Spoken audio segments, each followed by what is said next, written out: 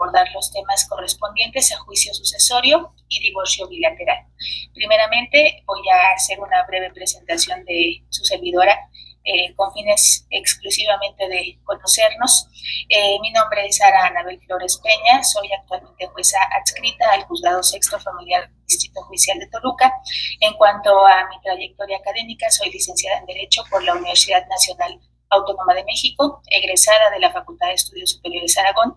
Asimismo, cuento con una maestría en docencia por la Universidad ETAC y de igual forma con una maestría en Derecho Civil por la Universidad, el Instituto Nacional de Desarrollo Jurídico.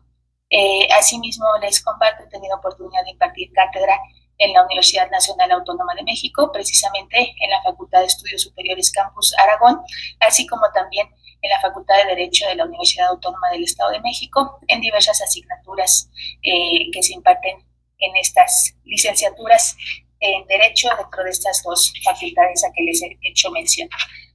Sin mayor preámbulo, la intención de la intervención en este módulo es, como ya lo habrán comentado en otros, que tengamos un estudio de las principales modificaciones que se han incluido en el Código Nacional de Procedimientos Civiles y Familiares con relación a esta última materia señalada, esto es a la materia familiar. El día de hoy, como se anticipó, corresponde que analicemos los temas de juicio sucesorio y divorcio bilateral. Para el desarrollo de la sesión voy a tratar de ir haciendo con ustedes algunos comentarios. La intención es primeramente que identifiquemos cuáles son las principales novedades que se incluyen en este código con relación a la regulación de estos procedimientos que actualmente tenemos en nuestro Código de Procedimientos Civiles. Para ello, pues iré haciendo alguna correlación con dispositivos vigentes de nuestra legislación mexiquense que nos permitan comprender de forma comparativa cómo es que ahora se presenta la regulación en el código que se implementa. Por lo tanto, como es objetivo general del curso, no vamos a profundizar mayormente en cada uno de los temas, la visión es general, sin embargo sí importa que a partir de lo que ya tenemos conocimiento de las instituciones que se estudian, podamos formarnos primeramente una visión preliminar de las modificaciones que nos trae el Código Nacional y con posterioridad pues también ir identificando cuáles son los puntos que nos implican mayor reflexión para poder comprender bajo esta nueva regulación las instituciones que nos corresponde analizar. Pues desde luego son instituciones de índole meramente adjetiva, así que en el desarrollo de los diversos temas trataremos de abordar lo que corresponde a la competencia, a la legitimación y desde luego a los procedimientos, incluyendo formalidades y plazos que deban atenderse dentro de cada uno de ellos. Voy a dejar como apoyo para ustedes y su consulta una presentación que les permita ir verificando o repasando la información que manejemos en esta sesión y la misma por el momento va a desarrollarse únicamente a través de estos comentarios que les pueda compartir. Ojalá pudieran hacer el ejercicio de escucharlos teniendo a la mano el texto de su código nacional, de preferencia también el texto de su código vigente aún, del código estatal, y desde luego ojalá también tuvieran la oportunidad de tener al mismo tiempo a la vista la presentación que les hago llegar para que pudieran ir confrontando el contenido de estos comentarios con las disposiciones legales correspondientes. No obstante ello, si hay necesidad en algunos aspectos de citar el contenido de las disposiciones, bueno, pues aquí les haré mención de ese contenido para que podamos llevar la secuencia de los temas. Iniciamos entonces con lo correspondiente a los juicios sucesorios. Primeramente, este tema vamos a abordarlo en dos grandes grupos. Un primer apartado que corresponde a las generalidades de los juicios sucesorios. En este punto vamos a abordar lo concerniente a la competencia, la legitimación y generalidades sobre conceptos que se implementan en el código y sobre las secciones que integran los juicios sucesorios en términos generales, como el nombre del tema lo indica. Con posterioridad vamos a estudiar procedimientos sucesorios en particular que se incluyen en el Código Nacional, específicamente 4 vías que están previstas en este código y que desde luego cada uno marca supuestos de procedencia y al mismo tiempo formas de seguimiento diversas. Debemos tener entonces en cuenta que la regulación que el Código Nacional nos ofrece sobre los juicios sucesorios, con esta parte general, cubre el marco dentro del cual se regulan los procedimientos específicos, de manera que cuando en las disposiciones especiales de cada uno de los procedimientos no encontremos lo que corresponda a algún tema, debemos acudir a la regulación general, atendiendo al principio de especialidad de la norma. Desde luego, es preferentemente aplicable lo dispuesto en el procedimiento de que se trate, y solo a falta de disposición en ese procedimiento, en la regulación de ese procedimiento, acudiremos entonces a las generalidades del juicio sucesorio, que son con las que vamos a iniciar. Primeramente, en cuanto a estas generalidades, por cuanto hace el tema de competencia, debemos tener en cuenta que el Código Nacional reconoce una forma de tramitación judicial del juicio sucesorio, pero también al mismo tiempo una tramitación que podemos denominar extrajudicial. La terminología que el código utiliza es una encomendación notarial. Básicamente nos estamos refiriendo a la posibilidad de que las personas interesadas en el trámite de este juicio sucesorio puedan acudir no solo ante un juzgado de orden familiar o civil, en un momento hablaremos respecto de la competencia por materia, sino que también, si así es su deseo, puedan agotar la tramitación notarial. Como sabemos, esta no es una novedad, también nuestra regulación actual así lo permite, pero esa es la primera división que podemos establecer por cuanto hace al tema de la competencia. Ahora bien, cuando hablamos de la tramitación judicial, debemos remitirnos al artículo 89, fracción quinta, con relación al artículo 684 del Código Nacional, para poder conocer las reglas de competencia. Y encontramos algunas diferencias aquí con relación a lo que ahora conocemos sobre las reglas de competencia del juicio sucesorio. De entrada, conforme a nuestra organización judicial en la entidad mexiquense, la competencia por materia para conocer de los juicios sucesorios está atribuida a juzgados familiares. El Código Nacional establece la posibilidad de que esa competencia se asigne ya sea a juzgados civiles o bien a juzgados familiares. Y el propio código refiere que el establecimiento de que la competencia corresponda a uno u otro tribunal dependerá de la organización que se derive de las leyes orgánicas de cada entidad federativa. Entonces, esta previsión que se establece en el código permite que en la entidad mexiquense, desde la legislación orgánica, se defina si la competencia para conocer de los juicios sucesorios con la regulación que corresponde al Código Nacional deba considerarse de materia civil o bien de materia familiar. Conforme a nuestra estructura orgánica actual, es materia familiar, a reserva de que con la posibilidad que se establece en el Código Nacional se realice alguna modificación que modifique, valga la redundancia, la competencia y la atribuya a un juzgado de orden civil. Bien, por cuanto hacia el territorio, en las reglas de competencia para conocer de los juicios sucesorios, también encontramos una pequeña modificación en comparación con lo que actualmente establece el artículo 1.42 en su fracción quinta del Código de Procedimientos Civiles para el Estado de México. Esto en razón de que la regla de competencia, que se deriva del artículo 89 en su fracción quinta del Código Nacional, que me voy a permitir citar, nos da una regla diversa para el supuesto de que se desconozca el lugar del último domicilio de la persona autora de la sucesión y se deba de acudir al lugar de ubicación de los bienes. Como sabemos, en nuestro código actual, si acaso se acude a este segundo supuesto, de atender al lugar de ubicación de los bienes para fijar la competencia, entonces, en el caso de que sean varios bienes, opera la elección de la persona denunciante para poder determinar la competencia. La novedad en el Código Nacional es que ahora no se atiende a esa elección, sino que se debe atender a donde se encuentre la mayoría de los bienes. Voy a dar lectura a esta porción normativa para que podamos fijar esta idea sobre la disposición diversa que se desprende del Código Nacional en cuanto a competencia por territorio para conocer de juicios sucesorios. Establece este artículo 89 que es autoridad jurisdiccional competente en su fracción quinta en los juicios sucesorios.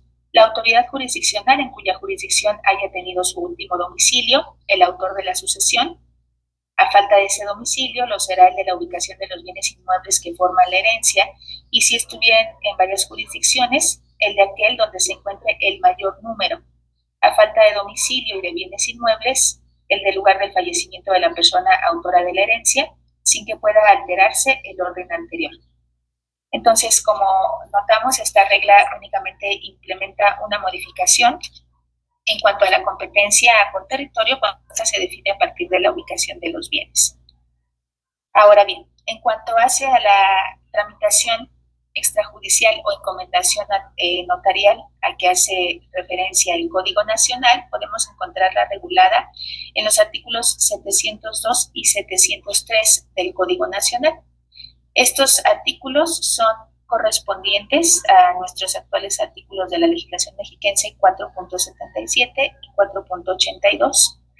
En ellos podemos encontrar que la regulación de esta tramitación notarial queda sujeta a que ya se hayan reconocido los derechos hereditarios y se haya aceptado el cargo de albacea. Esto es, la tramitación ante notario no puede iniciarse desde la radicación del juicio sucesorio, sino que para poder continuar en vía notarial el trámite de un juicio sucesorio es necesario que previamente se haya efectuado el reconocimiento de los derechos hereditarios y que además haya aceptado el cargo de albacea. De igual forma, es preciso tener en cuenta que en esta tramitación notarial, cuando existan involucrados derechos de niñas, niños y adolescentes, debe existir vigilancia judicial y también debe darse intervención al agente del Ministerio Público por esta existencia de niñas, niños y adolescentes. Al igual que sucede en la actualidad, para que sea viable la tramitación notarial del juicio sucesorio, se requiere que no exista oposición de alguna de las personas herederas. De lo contrario, el trámite debe ser judicial. Y bueno, pues también resaltar que el Código Nacional hace mención expresa a que en lo que hace a su intervención en los juicios sucesorios, el notario público se erige como retenedor de impuestos para efecto de recaudar los que conciernan al fisco. Esto es en cuanto a reglas de competencia. Ahora bien, en cuanto a la legitimación para promover el juicio sucesorio, encontramos la regla contenida en el artículo 685 del Código Nacional, que es correspondiente a nuestros actuales artículos 4.42 y 4.43 del Código de Procedimientos Civiles del Estado de México. Las reglas son básicamente las mismas. Quien tenga un interés en que se radique ese juicio sucesorio ante la muerte de la persona autora puede acudir a hacer la denuncia, pero es preciso resaltar que esta regla de legitimación genérica que ya conocemos se complementa con otra que el Código Nacional nos ofrece en su artículo 772, conforme al cual en todos los casos, si es que existe cónyuge, concubino, concubina o conviviente, esta persona respecto de la autora de la sucesión siempre será parte. Entonces, con independencia de quién cuente con legitimación para iniciar el juicio sucesorio, debe darse intervención siempre a quien haya tenido este carácter respecto de la persona autora de la sucesión. Ahora bien, sobre los temas de representación e intervención en el juicio sucesorio, también es importante que tengamos en cuenta algunas reglas especiales que el Código Nacional establece de forma expresa para asegurar la debida representación e intervención en casos específicos. El primero de ellos es cuando existan niñas, niños y adolescentes cuyos derechos se involucren en el trámite de este juicio sucesorio.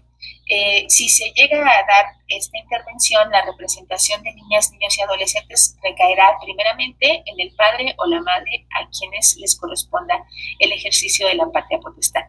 En caso de que la persona menor de edad sea mayor de 16 años, entonces tiene la posibilidad de elegir un tutor cativo que sea quien le represente en ese juicio sucesorio. Si por el contrario la persona menor de edad cursa una edad inferior a los 16 años, entonces la designación que se realice de su representante será a propuesta de quien ejerza su patria potestad o bien de quien sea su tutor. De igual forma, si es que el niño, niña o adolescente cuenta con las condiciones a juicio del tribunal para efecto de que haga su propuesta directamente de quien deba representarlo, desde luego deberá atenderse a su opinión para poder estar en posibilidad de quedar intervención a su representante, siendo el que elija a la persona menor de edad en este caso. Estas reglas las vamos a encontrar en el artículo 695 del Código Nacional de Procedimientos Civiles y Familiares, correspondiente a nuestros actuales artículos 4.22 y 4.23 del propio ordenamiento. Ahora bien, también es importante establecer que de acuerdo con el artículo 699 del Código Nacional, correspondiente a nuestro actual artículo 4.26, la representación va a recaer en el agente del Ministerio Público en dos supuestos. Uno, cuando haya herederos que no se hayan presentado o no acrediten a algún representante, y también cuando existan niñas, niños y adolescentes que carezcan de representación. En estos casos será a través del Ministerio Público que queden representados sus intereses, y como es lógico y veremos más adelante, para el caso de que cese el supuesto que exija la intervención del agente del Ministerio Público, desde luego recobrará su intervención la persona representante que corresponda o directamente la interesada en caso de que se rebase la causa por la cual se le dio intervención al agente del Ministerio Público. De igual forma, en este tema de representación, conforme al artículo 703 del Código Nacional, vamos a encontrar con relación al fisco una regla de representación. Me gustaría compartírselas textual conforme al artículo correspondiente, ya que no es una regla que encontráramos en nuestro código actual, y en ese sentido el artículo 700 a que les hago alusión establece que la intervención que deba tener el representante del fisco será determinada por las leyes especiales de cada entidad federativa, pero conservando siempre la unidad de juicio. Lo importante aquí es resaltar que debe darse intervención al fisco cuando corresponda conforme a la legislación correspondiente y que así lo regula el Código Nacional. Asimismo, tenemos una regla específica sobre la sucesión de personas extranjeras, que deriva del artículo 696 del Código Nacional, que es correspondiente a nuestro actual artículo 4.24 del Código de Procedimientos Civiles, y establece que cuando se dé este supuesto deberá conferirse intervención a los agentes consulares para que tengan conocimiento de la tramitación de estas sucesiones, o bien a los cónsules. Asimismo, esto son las reglas específicas que encontramos por cuanto hace a los temas de representación e intervención. También es importante mencionar lo concerniente a la forma de tramitación del juicio sucesorio. Como seguramente han venido estudiando en los módulos anteriores, una de las principales tendencias del Código Nacional es que se privilegie la oralidad de las actuaciones judiciales. Podemos encontrar en el juicio sucesorio una excepción, digámoslo así, a esa tendencia general, ya que de acuerdo con el artículo 684 en su último párrafo del Código Nacional se establece que la forma de tramitación del juicio sucesorio será escrita, salvo aquellas diligencias que puedan permitir una tramitación oral. Entonces, hablaremos de que el juicio sucesorio tiene una forma de tramitación predominantemente escrita y que con opción a que se lleven actuaciones orales si la diligencia correspondiente así lo permite.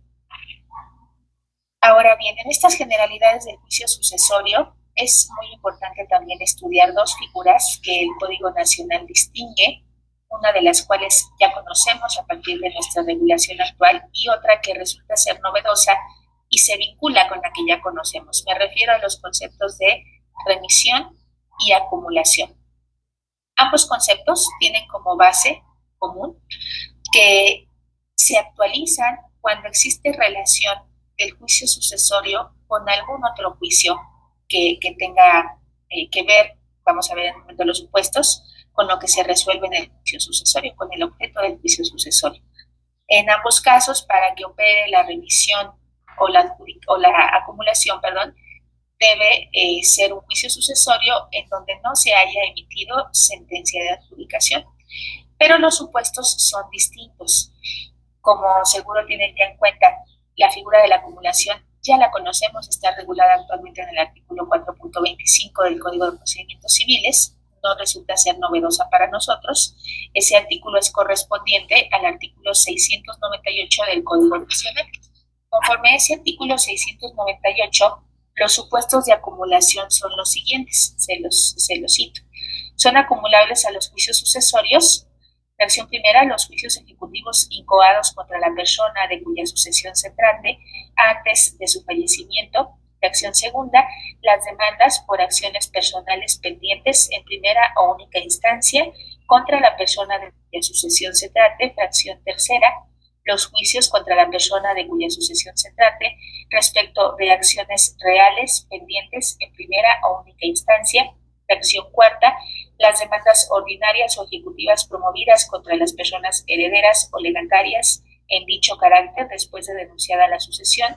Fracción quinta, los juicios que sigan las personas herederas, deduciendo la acción de petición de herencia, ya impugnando el testamento o la capacidad de aquellas personas herederas presentadas o reconocidas, o exigiendo su reconocimiento siempre que esto último acontezca antes de la adjudicación. Y por último, la fracción sexta establece también que son acumulables las acciones de las personas legatarias reclamando sus legados siempre que sean posteriores a la acción de inventarios y antes de la adjudicación, excepto los legados de alimentos, de pensiones, de educación, uso y habitación. Estos son supuestos de acumulación, desde luego varían los supuestos a los que actualmente tenemos, como habrán podido notar.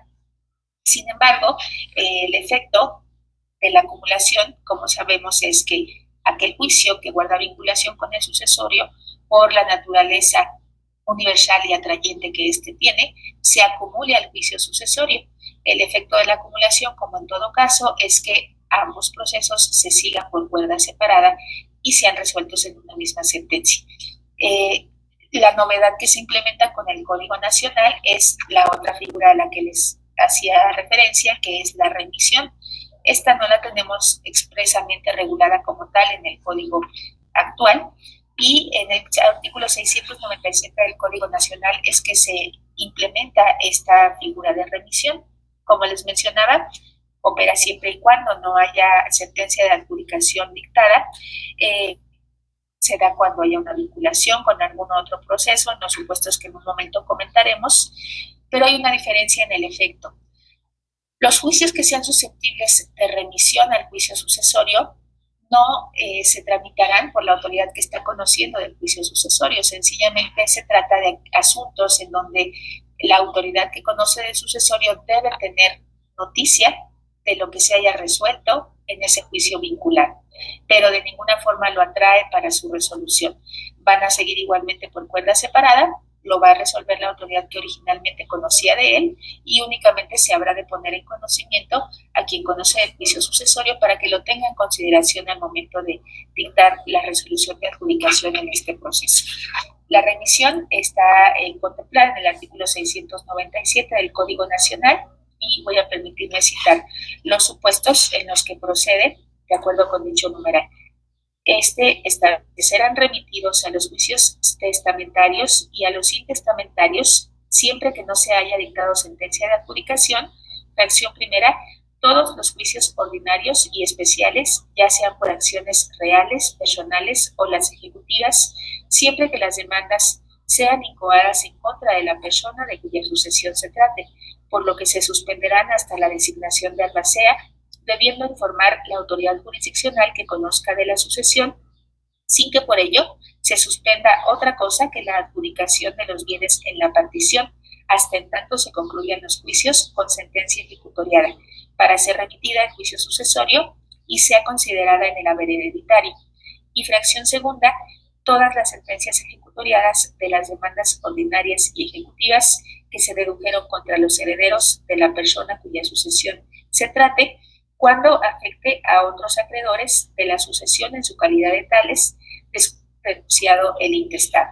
Estos son entonces los supuestos de remisión y la comparación entre esta figura de remisión y la acumulación que ordinariamente conocíamos ya. Ahora bien, en cuanto a las secciones que integran el juicio sucesorio, no encontramos modificación sustancial.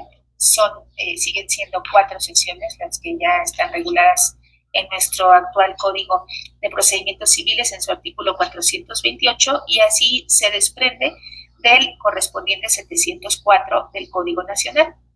En este artículo 704 encontramos la regla de que, en efecto, el juicio sucesorio va a integrarse por estas 4 secciones que conocemos. Y nos da una regla para la formación de estas secciones. Aquí, sobre esta formación de secciones y la forma en la que pueden tramitarse o incluso emitirse, encontramos las siguientes reglas. En cuanto a la tramitación simultánea de las secciones del juicio sucesorio, encontramos la regla que se desprende de este artículo que les comento, 704, en el sentido siguiente: los juicios sucesorios se formarán 4 secciones compuestas de los cuadernos necesarios. Pueden iniciarse conjuntamente las secciones segunda, tercera y cuarta, cuando simultáneamente se puedan aprobar las 2 primeras y la última se turne para dictar la sentencia definitiva de adjudicación. Esto es, están previstas las mismas 4 secciones, está prevista la posibilidad de agotarlas simultáneamente, pero esta posibilidad solo comprende de la sección segunda en adelante, no como actualmente se encuentra regulado en nuestro código local. Y con las condiciones que han escuchado se derivan del artículo 704. Ahora bien, también está previsto en el Código Nacional el supuesto de que se puedan omitir las secciones del juicio sucesorio. Esta posibilidad deriva del último párrafo del artículo 736, que es correspondiente a nuestro actual artículo 4.33 del Código Local. Y la regla que nos ofrece este código está regulada en los siguientes términos. El inventario y avalúo se practicarán simultáneamente si es única y universal persona heredera o si todos quienes tienen esta calidad firmaran de conformidad. Podemos encontrar esta disposición equivalente a la omisión de secciones que tenemos actualmente. Ahora, en cuanto al trámite que corresponde a cada una de estas secciones, vamos a hacer algunos comentarios. La primera sección de juicio sucesorio, conforme al Código Nacional, se denomina sucesión.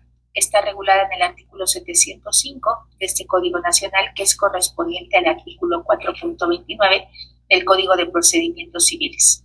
Tal como sucede en la actualidad, la primera sección del juicio sucesorio se inicia por la denuncia del mismo, que se realice con los requisitos establecidos en el Código Nacional. Tales requisitos derivan del artículo 684 de este Código Nacional, que de igual forma, por ser aspectos torales en la comprensión del juicio, les voy a citar. Conforme a este artículo 684, encontramos que el procedimiento se inicia, de acuerdo con el segundo párrafo de este numeral, el procedimiento se inicia mediante denuncia o solicitud de apertura de procedimiento sucesorio por parte legítima y deberá contener la expresión de los siguientes requisitos: o bien, declaración bajo protesta de decir verdad sobre su desconocimiento. Fracción primera: nombre, fecha, lugar de defunción y último domicilio de la persona de cuya sucesión se trata, y a falta de cualquier otra información pertinente para fijar la competencia en los términos del artículo 89 del Código Nacional, al que ya hemos hecho mención. Fracción segunda: testamento en su caso, y fracción tercera: en caso de no haber testamento, los nombres de las posibles personas herederas de que tenga conocimiento la parte denunciante, con expresión del grado de parentesco o lazo con la persona de cuya sucesión se trate.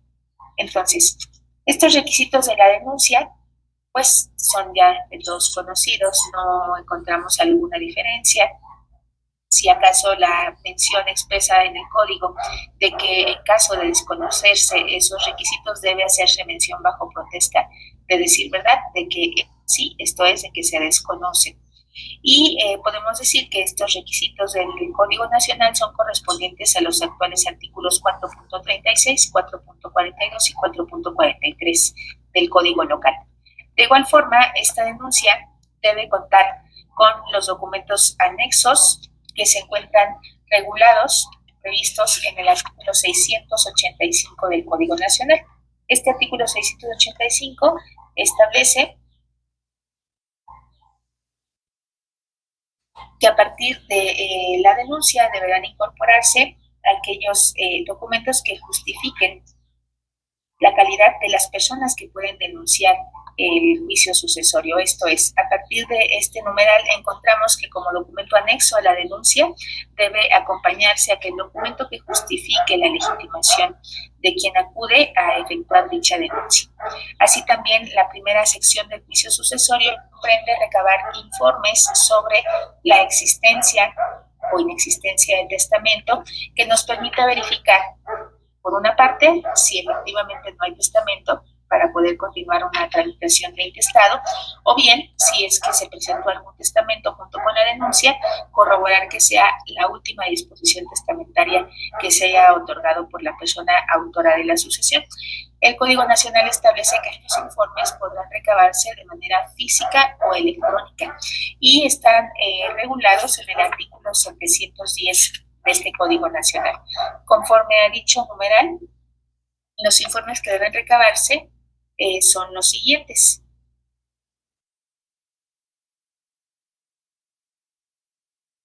De aquella disposición testamentaria que había sido otorgada por la persona de cuya sucesión se trate ante el archivo judicial del tribunal o poder judicial, así como del Archivo General de Notarías, del Registro Público de la Propiedad, de la Procuraduría Social, del Archivo de la Procuraduría Social del Estado, de la Dirección del Archivo de Instrumentos Públicos, de la Dirección de Notarías y Registros Públicos, de la Secretaría General de Gobierno o de cualquier otra dependencia, autoridad o oficina que pueda contar con estos registros de testamento. Ahora, del resultado de este informe, como sabemos, desde la actualidad depende definir si se continúa la forma de tramitación que originalmente fue elegida o si debe haber alguna variación. Como sabemos actualmente, el artículo 4.35 del Código de Procedimientos Civiles establece que para el caso de que en un juicio que inició su tramitación como intestado resulte de los informes que sí se otorgó un testamento por parte de la persona autora de la sucesión, y si este testamento comprende la totalidad de los bienes de esta, entonces procede el sobreseimiento del testamentario y desde luego corresponderá que, estando a salvo los derechos de las personas interesadas, acudan a efectuar la denuncia del juicio testamentario correspondiente. Esta regla, que impera actualmente conforme a nuestro código local, se modifica en el Código Nacional con la intención de flexibilizar y facilitar el trámite a las personas usuarias y evitar en la medida de lo posible el desgaste que les implica el inicio de estos procedimientos. La regla entonces que se deriva del Código Nacional, específicamente en el artículo 709, es la siguiente. Cuando resultare un testamento que comprenda la totalidad de los bienes de la persona autora de la sucesión, no va a sobreseerse el juicio conforme al Código Nacional, sino que el Código establece que se deberá recomponer el intestado. Esto debemos entender, reencauzarlo al trámite del juicio testamentario. Si ahí se obtuvo, dentro de los informes que se recabaron en el juicio testamentario, cuáles son los datos del testamento que otorgó la persona autora, bueno, pues este se tomará como base para que a partir de ese momento el trámite que se continúe sea vía testamentaria y ya no intestamentaria. Pero permite el código que la tramitación continúe en el expediente originalmente formado. Y para el caso de que el testamento que se llegare a localizar no comprenda la totalidad de los bienes de la persona autora de la sucesión, entonces deberá efectuarse en ese expediente la continuación del trámite del intestado.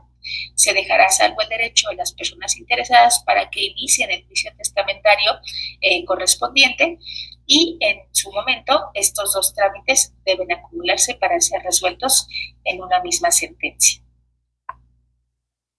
Ahora bien, dentro de esta primera fase o de sección del juicio sucesorio, es importante también que tengamos en cuenta que podrán dictarse aquellas medidas de conservación o preservación de los bienes en términos de los artículos 687 y 688 del Código Nacional. Desde luego, esta necesidad se actualiza cuando hay peligro de que esos bienes se pierdan o se dilapiden y haya de tomarse medidas urgentes para su protección.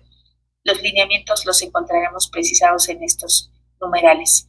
De igual forma, se da la posibilidad del nombramiento de un interventor dentro de esta primera sección del juicio sucesorio, específicamente en dos hipótesis. La primera de ellas es cuando se requiera su nombramiento para la guarda y conservación de los bienes que integren la masa hereditaria, y el segundo supuesto es cuando no haya heredero o que exista no haya entrado aún a la herencia. En estos casos, el Código Nacional previene en sus artículos 689 a 691, así como 693, 694 e incluso 759, la posibilidad de nombrar una persona con carácter de interventor.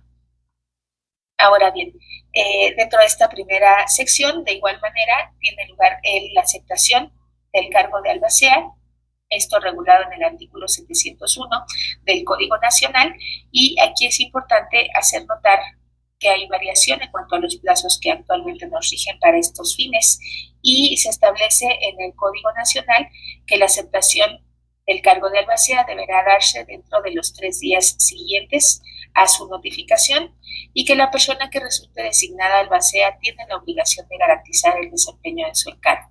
El código establece además que para el caso de que esta persona designada albacea no cumpla con las cargas anteriores, procederá su remisión de plano sin perjuicio de que deba rendir cuentas por el tiempo que estuvo en el desempeño del cargo.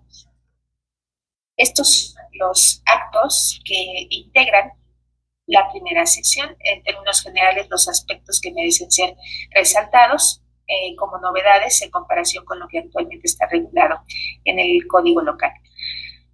Pasaremos entonces a comentar lo concerniente a la segunda sección. Esta segunda sección se denomina de inventarios, está regulada en el artículo 706, así como en los diversos 736 a 750 del Código Nacional. Aquí vamos a encontrar primeramente, por cuanto hacia la formulación del inventario, que en primer término corresponde efectuarlo al albacea, a la persona que tenga el cargo de albacea. A partir del momento en el que acepte dicho cargo, contará con el plazo de 10 días para efecto de que forme este inventario. Avisará en su caso que lo formará y, de ser necesario, propondrá perito para que le asista en la integración de esta sección. En el supuesto de que la persona designada albacea no dé cumplimiento a esta obligación de formar inventario, el Código Nacional establece de igual manera que procederá a su remoción de plano y que en este caso podrá integrar el inventario cualquier heredero o cualquier persona heredera ante la omisión en que pudiera incurrir el albacea. Así también es importante destacar que el Código Nacional previene supuestos en los cuales la propia autoridad judicial integre el inventario. Estos derivados específicamente del artículo 737 del Código Nacional, y que son casos exclusivos o por excepción, digámoslo así, no vale la expresión exclusivos, pero sí supuestos en los que por excepción, en casos específicos, por el tipo de intereses que se encuentran involucrados, el tribunal tenga obligación de desarrollar actuación oficiosa. Cuando se den estos casos, ejemplo claro será si existen derechos de personas menores de edad y sobre todo si no tienen una representación adecuada, pues desde luego la autoridad judicial debe proceder a la integración del inventario. Si no lo han efectuado así, en su momento la persona albacea o bien alguna de las personas herederas debe proceder la autoridad judicial a integrar. Ahora, ¿qué requisitos debe cubrir este inventario que se formule dentro del juicio sucesorio? Debe estar formulado en orden, debe mencionarse si los bienes que se están inventariando pertenecen a una sociedad conyugal u organizaciones patrimoniales equivalentes, así como también debe mencionarse si esos bienes están afectos a un patrimonio familiar, y en caso de que fuera efectivamente así, esto es que existieran bienes afectos al patrimonio familiar y se tratara del único bien, debe suspenderse el proceso. No será susceptible de darle seguimiento precisamente hasta en tanto se determine la suerte que corra dicho patrimonio familiar. Ahora bien, una vez que se ha presentado el inventario, dentro del plazo de 5 días deberá comparecer la persona albacea a efectuar ratificación del mismo. En este caso, también establece el artículo 742 que si es que comparecen a hacer todas las personas herederas a hacer ratificación del mismo, manifestándose conformes, entonces procederá a la aprobación de plano de ese inventario y avalúo. De igual forma, el Código Nacional establece la posibilidad de formar un inventario suplementario. Esto sucederá cuando, con posterioridad a que se haya integrado el inventario originalmente, se advierta la existencia de nuevos bienes, en cuyo caso se procederá a la formación de este inventario suplementario en términos del artículo 748 del Código Nacional. Al igual que conocemos ahora, en caso de que exista alguna oposición al inventario que se formule, entonces existirá un trámite incidental para atenderla según lo disponen los artículos 743 y 744 del Código Nacional. Estas son los aspectos a destacar por cuanto hacia la segunda sección. En cuanto hacia la tercera sección, el Código Nacional la denomina de administración y está regulada en los artículos 707, así como del 751 al 768 de este Código Nacional. Se establecen diversos tipos de cuentas que la persona albacea se encuentra obligada a rendir a partir de la aprobación de su inventario. En este caso se establece la obligación de rendir una cuenta general de albaceazgo que deberá ser presentada dentro de los 15 días siguientes a la aprobación del inventario y con ella se dará vista por el plazo de 10 días a las personas herederas interesadas. Así también, a partir de dentro de los 15 días siguientes a la aprobación del inventario, debe presentarse una distribución provisional de los productos hereditarios que habrá de rendirse de manera bimestral y con esta, una vez presentada, se dará vista a las personas interesadas por el plazo de 5 días. Por último, se establece también que dentro de los 5 días del inicio de cada año, la persona albacea está obligada a rendir una cuenta anual de su desempeño. Con ella se dará vista por el plazo de 10 días a las personas interesadas. Ahora, para el supuesto de que la persona albacea omita cumplir con las primeras dos obligaciones a que se hizo alusión, esto es rendir cuenta general de su albaceazgo, así como presentar la distribución bimestral de forma provisional de los productos de la herencia. Esto dará lugar a una remisión de plano y así también a petición de parte en un incidente.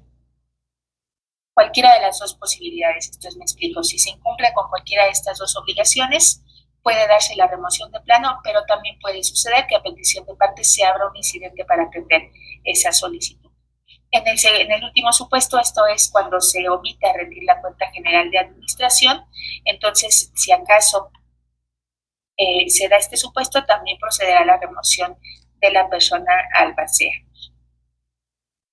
Finalmente, por cuanto hace a la cuarta sección, correspondiente a la partición, la encontramos regulada en el artículo 708, así como del 769 al 772 del Código Nacional. En este caso, tenemos que debe iniciarse una vez aprobada la cuenta general de administración, desde luego sin perder de vista la regla de simultaneidad que en su momento comentamos. Esta sección de partición se abrirá una vez aprobada la cuenta general de administración.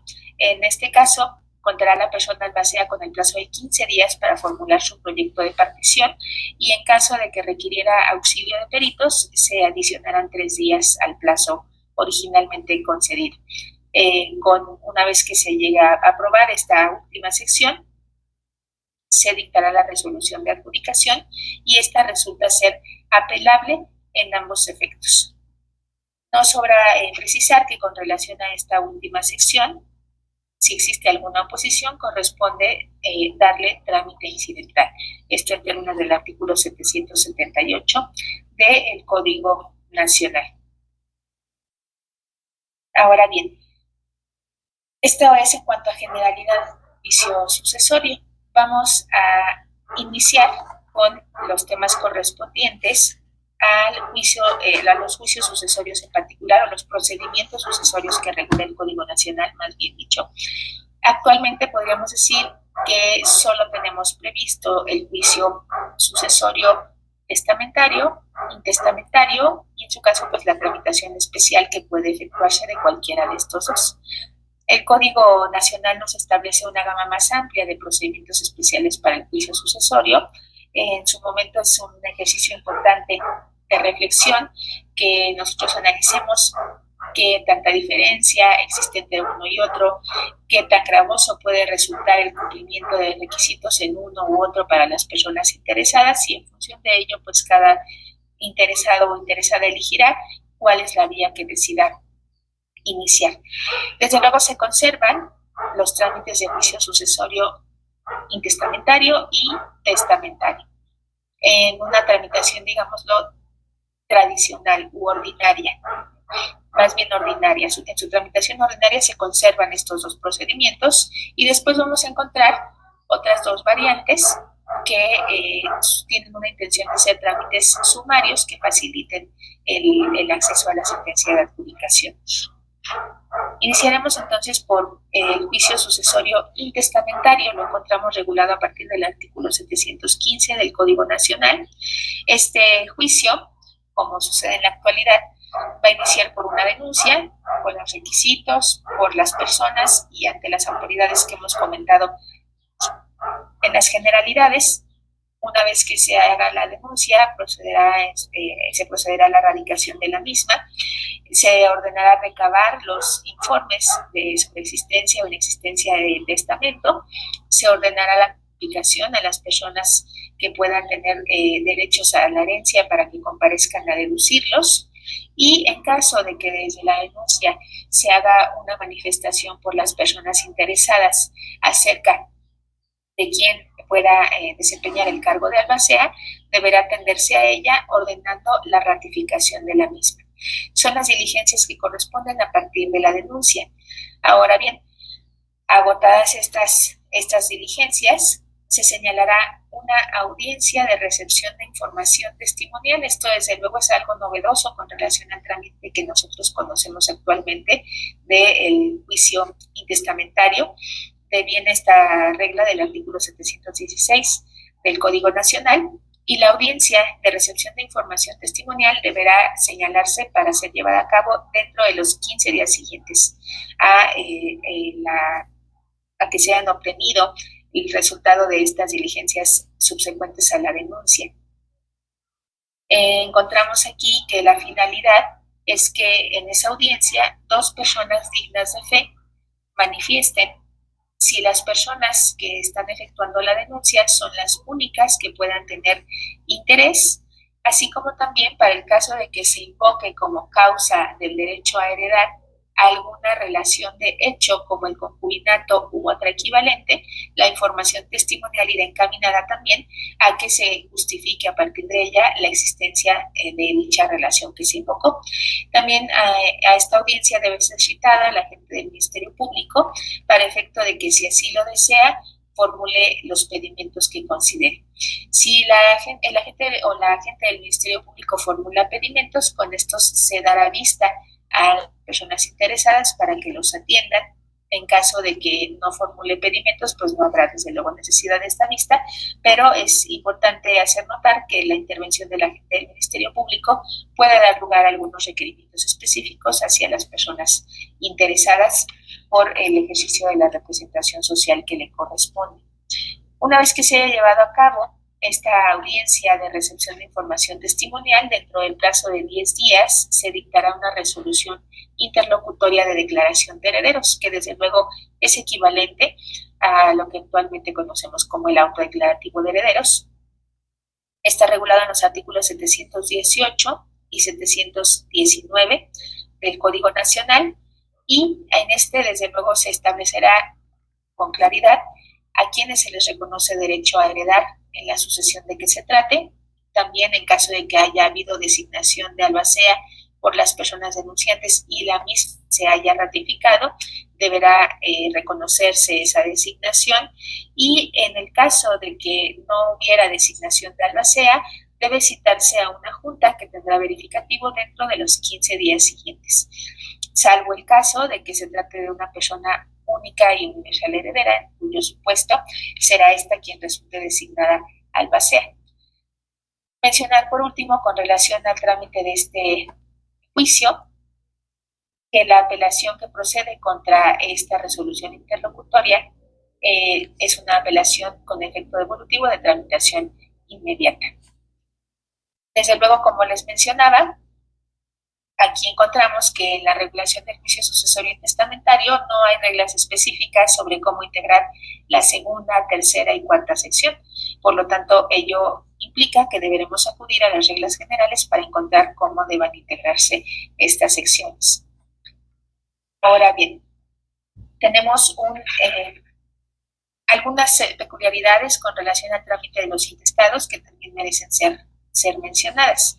En la actualidad, en nuestra regulación, podemos encontrar que la denuncia puede hacerse por personas que se consideren con derecho a la herencia, o bien puede hacerse por personas terceras, quienes no les asiste ese derecho o esa expectativa de derecho a la herencia. Y los trámites son distintos conforme actualmente se encuentran regulados. En el Código Nacional sucede lo mismo, no se da el mismo trámite a la denuncia efectuada por personas que se consideren con derecho a heredar que a la denuncia efectuada por una persona tercera que no se considere con ese derecho.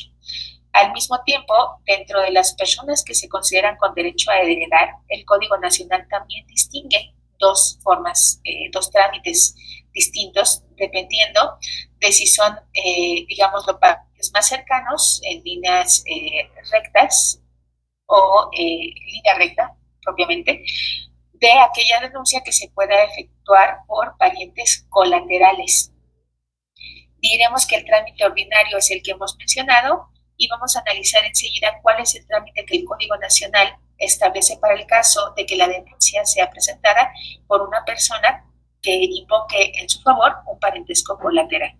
Esta regla la encontramos en el artículo 720 del Código Nacional y conforme a él, si es que comparece un pariente colateral, deberá primero justificar su entroncamiento, deberá rendir la información testimonial a que se ha hecho mención, pero una vez hecho esto, se deberá ordenar la publicación de edictos 2 veces de 10 en 10 días, con la finalidad de hacer un llamamiento a aquellas personas que pudieran tener un parentesco más cercano para poder acceder a la herencia.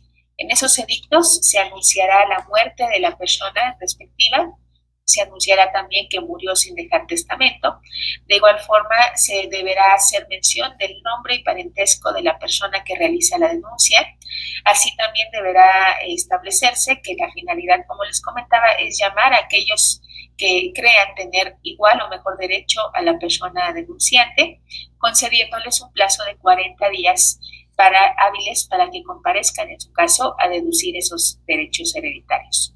Para el supuesto de que acudan alguna persona y acredite un derecho o un entroncamiento que le dé mejor derecho que las personas denunciantes, se dará vista a la agencia del Ministerio Público y proceder a lo que hemos comentado. Puede suceder que no realice ningún pedimento, pero si realiza alguno, deberá atenderse, se dará vista a las personas interesadas, deberá atenderse y entonces se procederá a la declaración de herederos. Ahora bien, en caso de que no acuda ninguna persona en seguimiento de estos edictos, se dictará la declaración de herederos correspondiente. Es importante mencionar que los edictos a que se ha hecho alusión, que como les decía deben ser publicados 2 veces de 10 en 10 días, deben ser publicados en el medio de comunicación judicial y en un diario de mayor circulación que corresponda tanto al lugar de ubicación del último domicilio de la persona autora de la herencia como al lugar del fallecimiento. Asimismo, como les anunciaba, existe una regla específica para el caso de que la denuncia sea efectuada por una persona tercera, generalmente acreedora, el Código Nacional refiere acreedor o tercero, de la persona autora de la sucesión, a quien desde luego le asiste un interés que podríamos decir indirecto con relación a la denuncia del juicio sucesorio.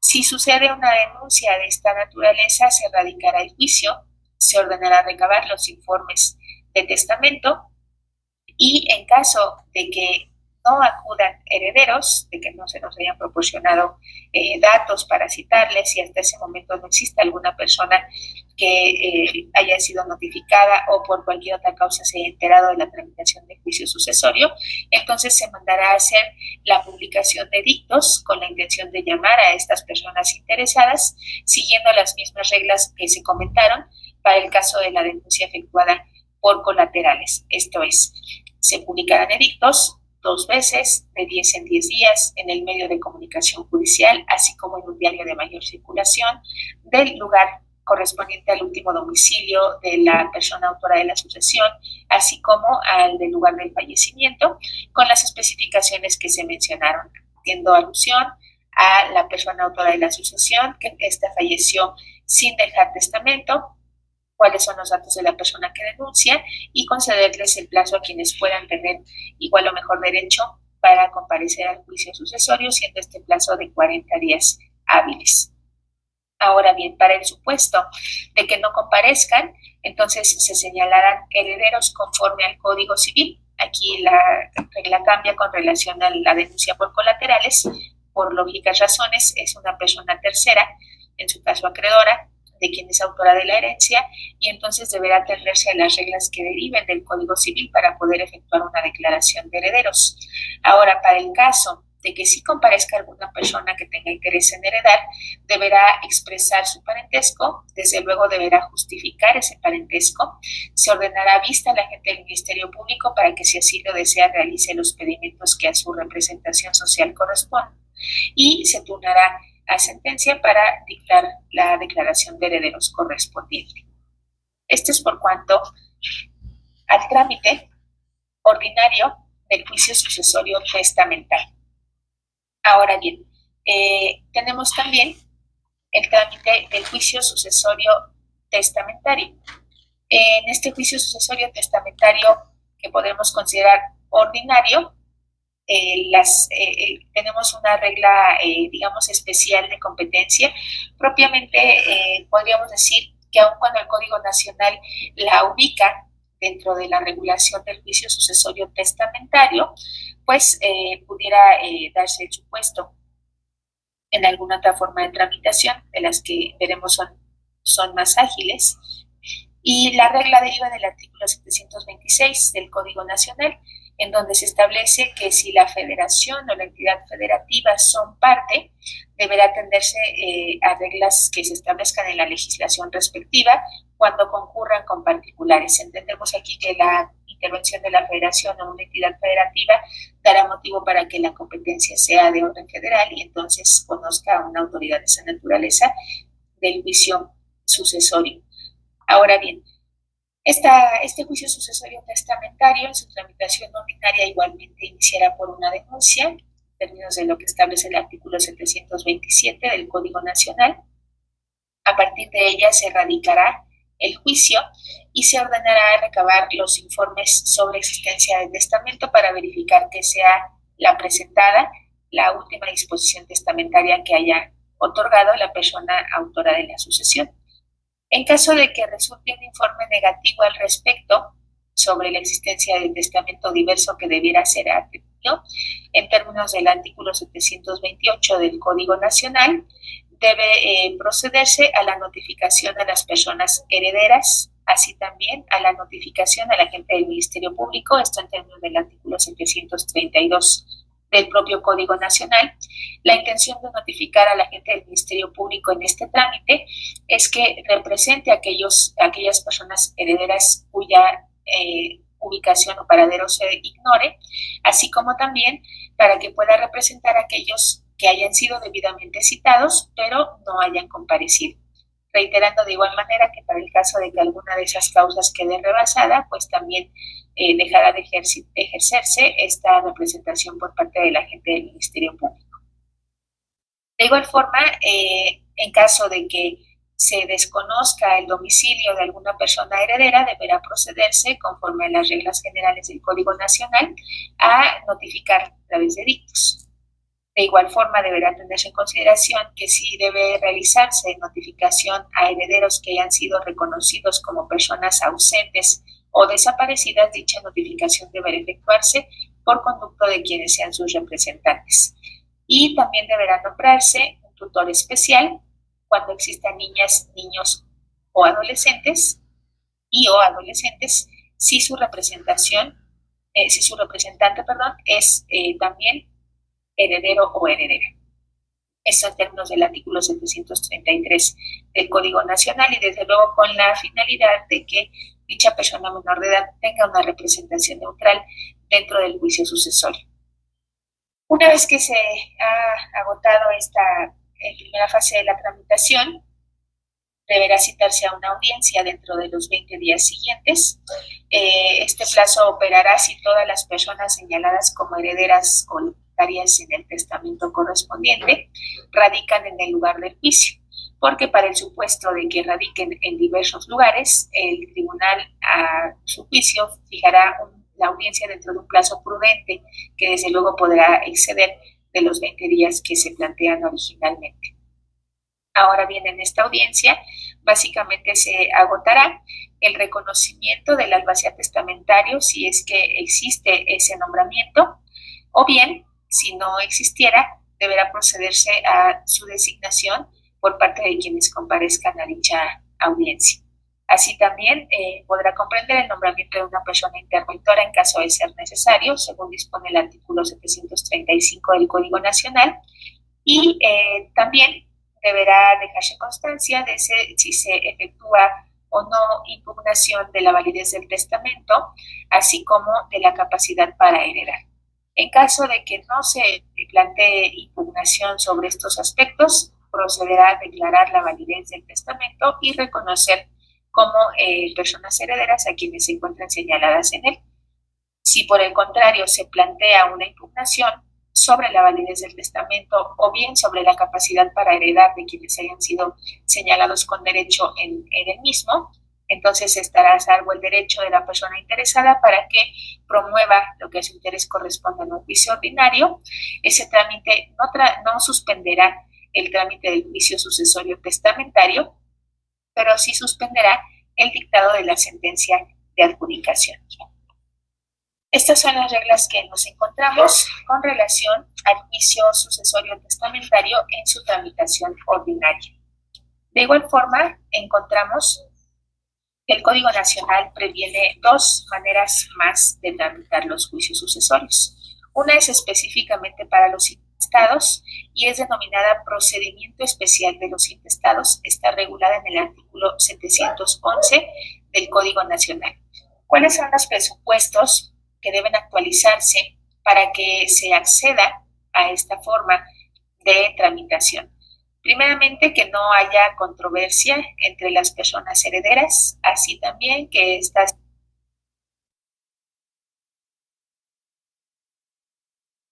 si existieran niñas, niños o adolescentes se encuentren debidamente representados, y proceder a esta vía siempre y cuando los bienes correspondientes no se encuentren afectos a un patrimonio familiar.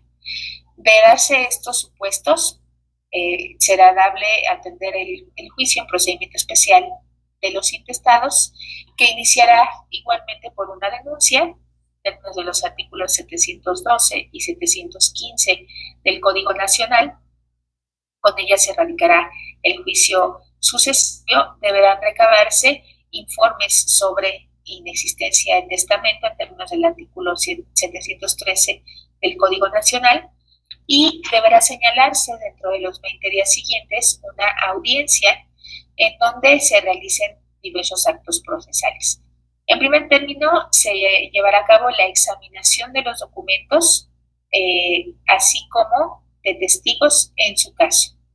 Se recibirán, de ser procedente, pruebas y alegatos, y se realizará en la misma audiencia declaración de herederos y adjudicación de bienes. Esta adjudicación deberá ser conforme al convenio que se haya presentado, al convenio de partición correspondiente.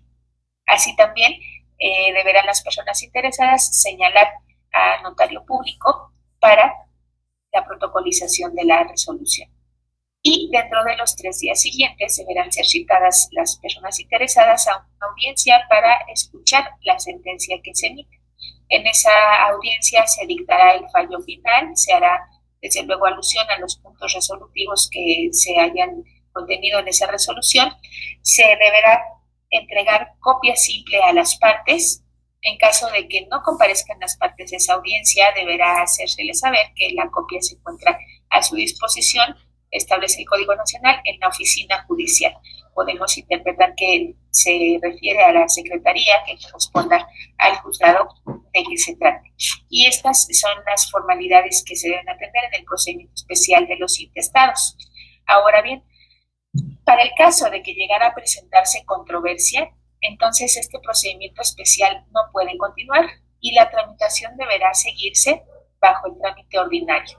Así lo establece el artículo 714 del Código Nacional, lo cual quiere decir o nos permite inferir que esta forma de tramitación es equivalente a la tramitación especial que actualmente conocemos y que presupone en todo caso la inexistencia de conflicto de intereses entre las personas herederas.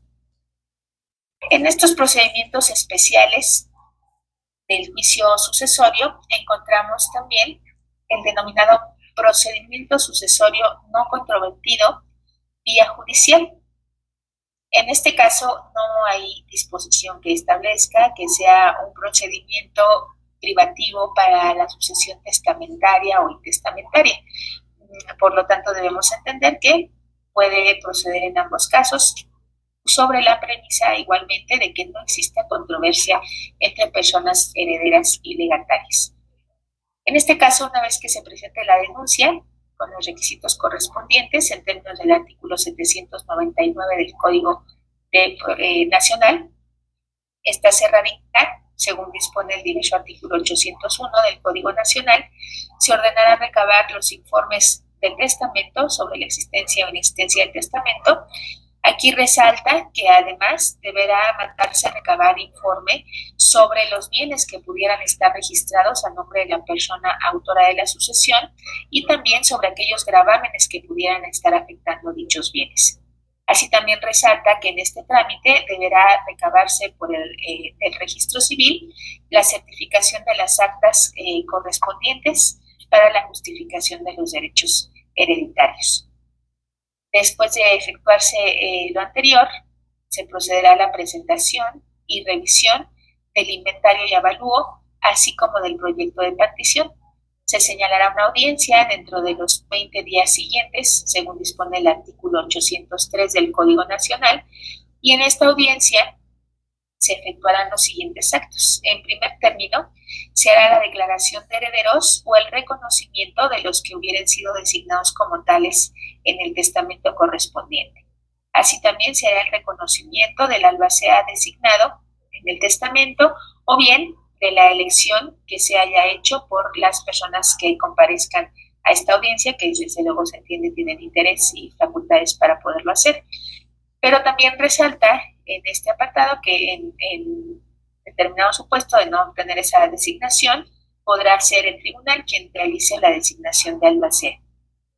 Asimismo, en esta audiencia se llevará a cabo la aprobación del inventario y avalúo, así como del proyecto de partición y adjudicación.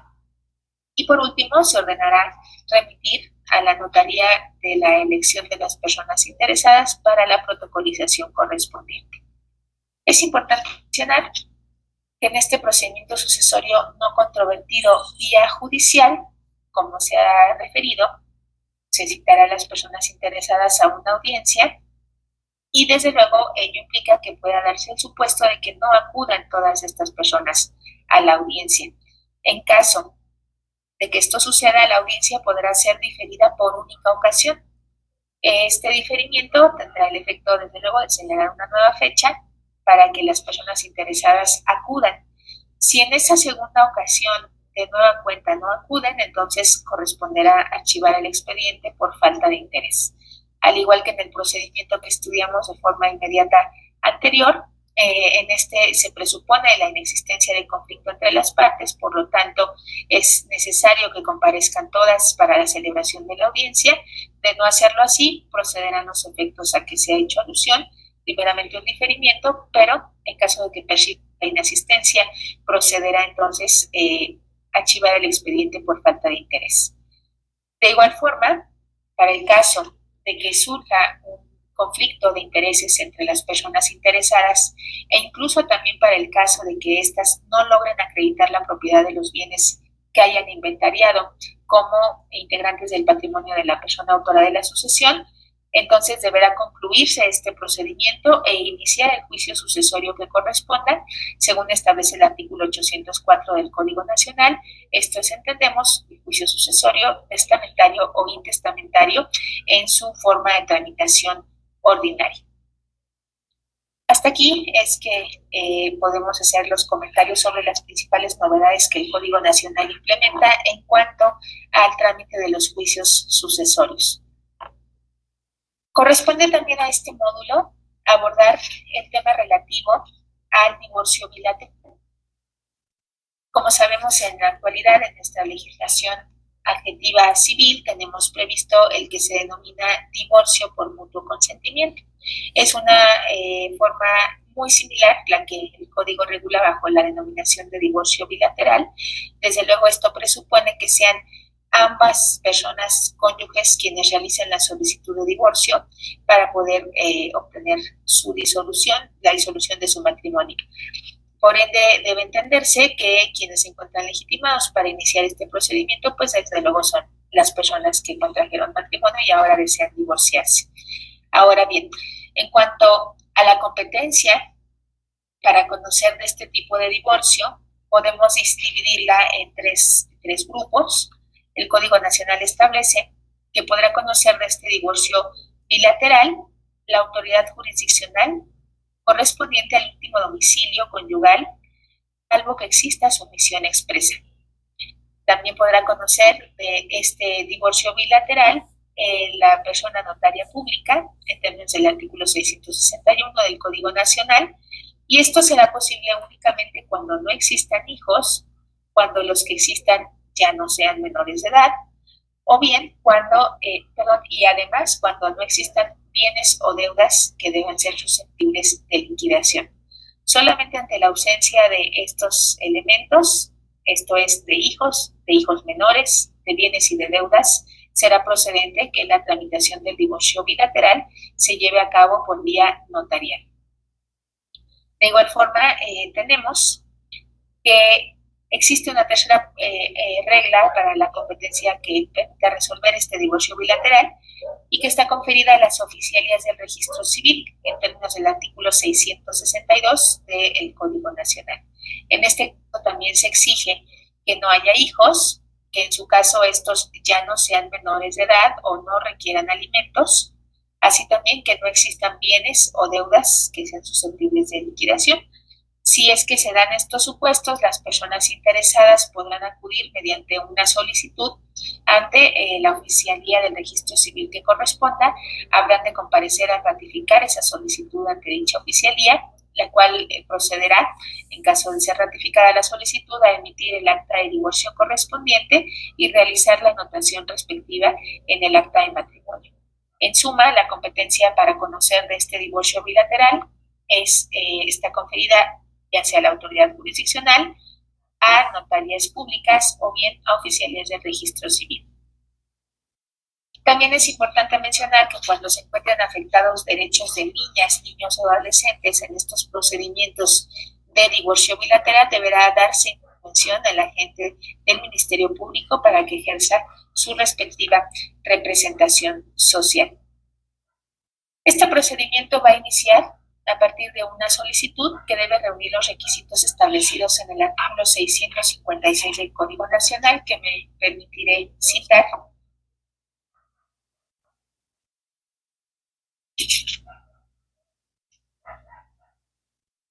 Se establece en dicho artículo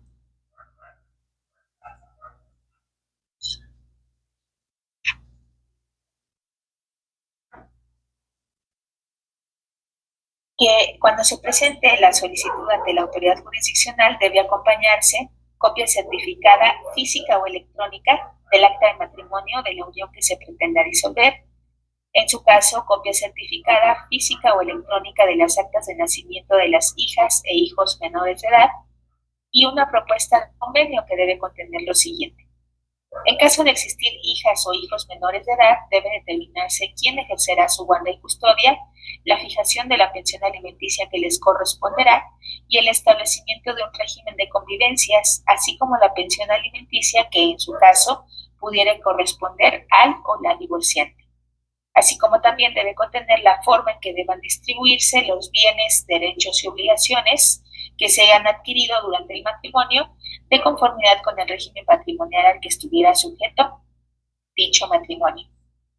Asimismo, en caso de que no sea aplicable lo dispuesto en las fracciones anteriores, las partes deberán manifestar lo necesario bajo protesta de decir verdad. Estos son entonces los requisitos de la solicitud que debe llenar quien acuda a solicitar el divorcio bilateral. En caso de que no se cumpla satisfactoriamente alguno de esos requisitos, debe formularse la prevención correspondiente para que la misma solicitud sea aclarada. Una vez que se admite a trámite este procedimiento, deberá señalarse fecha para que se celebre audiencia dentro de los 10 días siguientes.